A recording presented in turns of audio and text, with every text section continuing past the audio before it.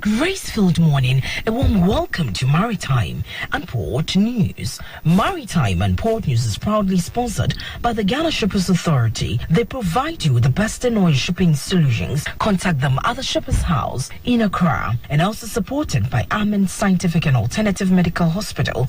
Amen, God is our healer. My name is Nanesi Boateng. Let's take a look at our stories this morning.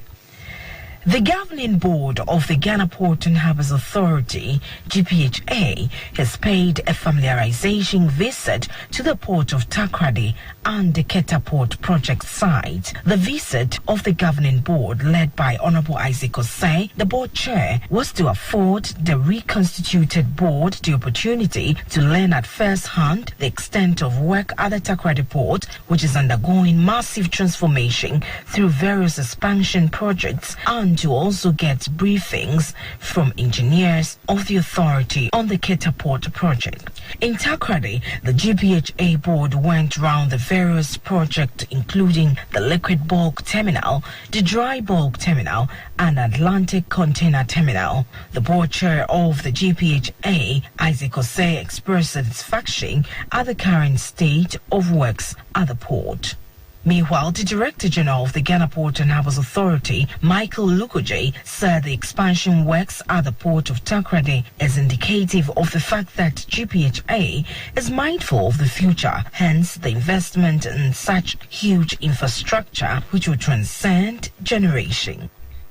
Now, in efforts to promote road transport services in the country, Ghana's leader in the oil marketing business, GOIL, has partnered Intercity STC for the creation of a modern bus terminal in Cape Coast. The edifice will boost shuttle services across the country, particularly between Cape Coast and Kasua to the east and Takoradi to the west, as well as promote efficient parcel delivery services. Speaking at the commissioning, Managing Director and Group CEO of GOIL, Kwame Osei-Prempeh, indicated that the facility cost GOIL 1.7 million Ghana cedis, for which STC would pay monthly rents. He said STC's continued patronage of GOIL fuels for over 30 years is testament to the efficacy of GOIL product. He therefore called on the generality of the Ghanaian people to show faith with the company through continued patronage of its superior fuels and product,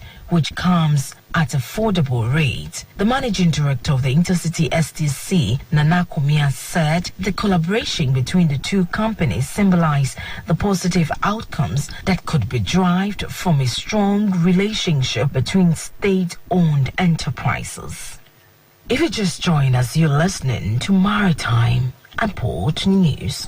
Executive member at Leading Port Operators ICTSI, Gonzalez, says the world faces very prolonged disruptions in shipping cargo flow as logistical headaches such as truck shortage weigh on backup supply chains and rebounding trade drives up volume. Major bottlenecks have formed across the globe in recent months due to a surge in demand for retail goods from people stuck at home and the pandemic-related lockdowns and logjams impacting the supply of container ships and boxes to transport cargo. The situation has been particularly severe in major retail markets such as the United States, where dozens of vessels remain stuck off the West Coast port of Los Angeles and Long Beach, unable to discharge. Gonzalez said ports everywhere were feeling the strain of such huge demand to process cargo. He added that traditional peak season flows ahead of Christmas had also been impacted.